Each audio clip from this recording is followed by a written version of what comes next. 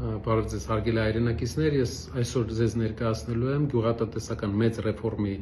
մասին տվյալներ, որը մենք առաջարկելու ենք Հայաստանի բոլոր գյուղերին։ Այս ծրագրի մասին մենք մասնակի պատմել ենք Ստեփանավան կատարած վերջի այցելության ընթացքում։ Հայաստանում վերջի 10 տարվա ընթացքում գնային փոփոխություն ունեն գրեթե ամեն ապրանք, բացի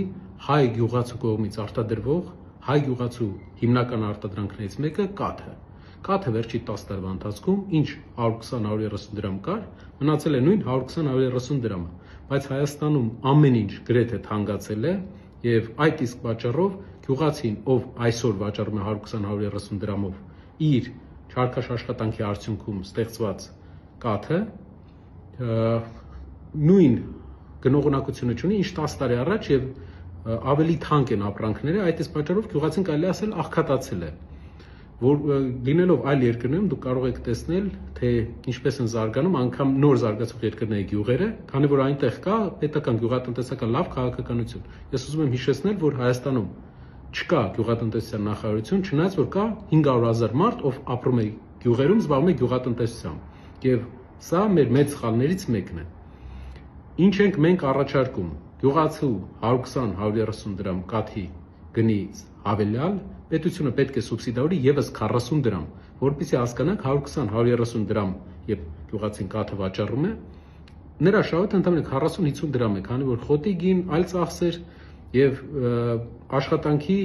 մեծ աշխատանքի արդյունք է, անասնապահությունը դժվար աշխատանք է։ Իսկ եթե պետությունը եւս 40 դրամ սուբսիդավորում է, նրա շահույթը գրեթե կրկնապատկվում է։ Այսինքն մենք ապահովելով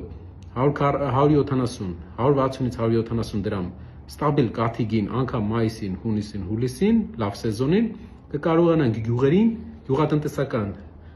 տնտեսություններին, գյուղացիական տնտեսություններին տալ կրկնակի եկամուտ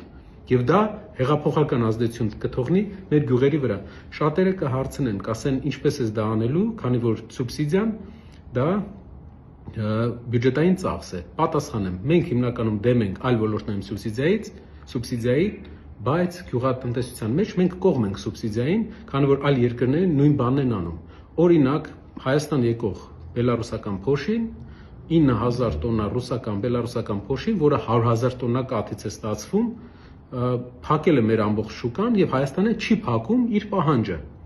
Մեր առաջարկն է տարեկան հայկական բյուջեն 52 միլիարդ դրամ է ծախսում գյուղատնտեսական ծրագրերի վրա եւ մենք տեսնում ենք, որ վերջի 7-8 տարվա ընթացքում